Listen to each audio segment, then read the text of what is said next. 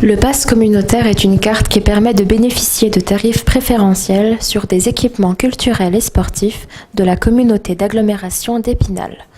Tous les habitants de la CAE peuvent en bénéficier sur simple demande. Le pass communautaire, c'est une carte qui peut être donnée, qui est gratuite et qu'on peut attribuer à tous les habitants de la communauté d'agglomération. Il suffit qu'ils se rendent dans leur hôtel de ville, ce que 1420 habitants de Cap-Avenir ont fait et sont titulaires d'un pass communautaire. La raison de la création du pass communautaire est de faire bénéficier les habitants de la communauté d'agglomération d'un tarif privilégié qui est de 50, parfois à 80% moins cher que le plein tarif. Il y a une grande variété, une grande offre, que ce soit dans le domaine culturel ou dans le domaine sportif. Et dans le domaine sportif se rajoutent au pass communautaire les équipements spinaliens, c'est-à-dire le golf, le spinapark par exemple.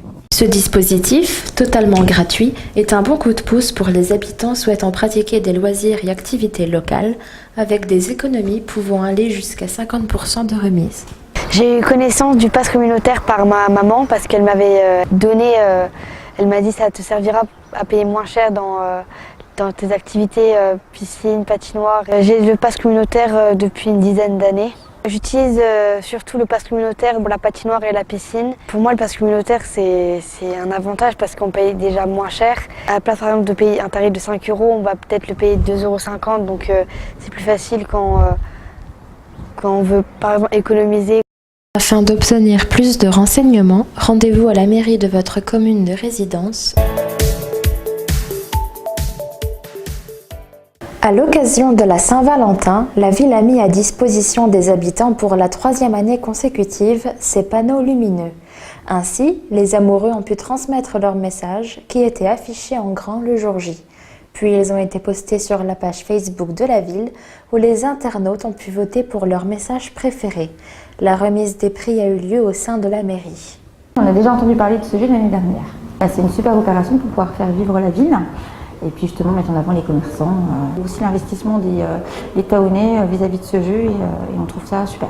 J'ai entendu parler de ce jeu parce que ça fait plusieurs années que le concours existe. Nous avons offert 2 repas pour 2 personnes d'une valeur de 40 €.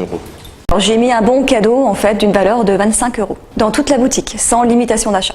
C'est assez sympathique et honnêtement, moi j'avais jamais connu ça ailleurs, donc c'est très bien. Puis ça permet aussi de faire marcher un petit peu le commerce. Modelage duo, bon d'achat en boutique, repas pour 2.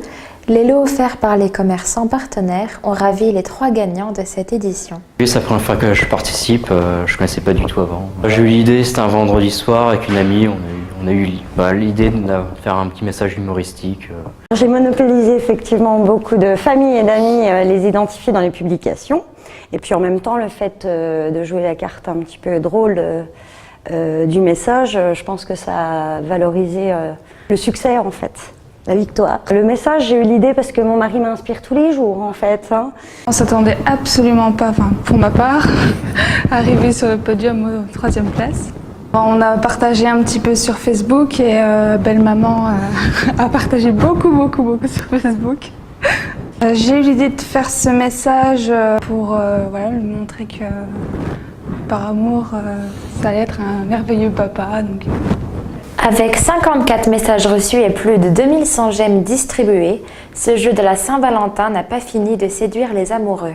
Bravo encore à tous les participants qui ont osé cette année, que ce soit via des messages traditionnels, en passant par la touche poétique ou par l'humour.